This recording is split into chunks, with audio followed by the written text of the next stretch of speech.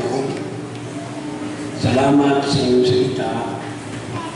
Panginoon, biyayaan mo kami ng puso na mapagmahal sa iyo.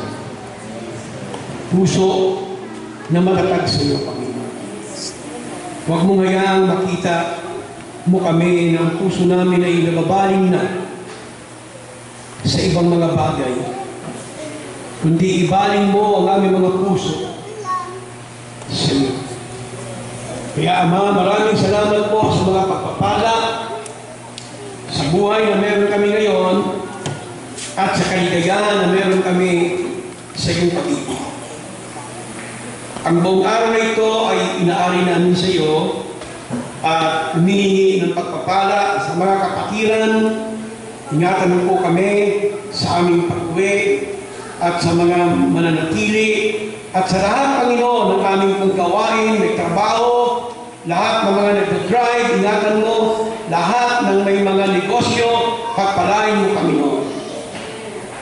Maraming salamat po sa iyong pag-ibig.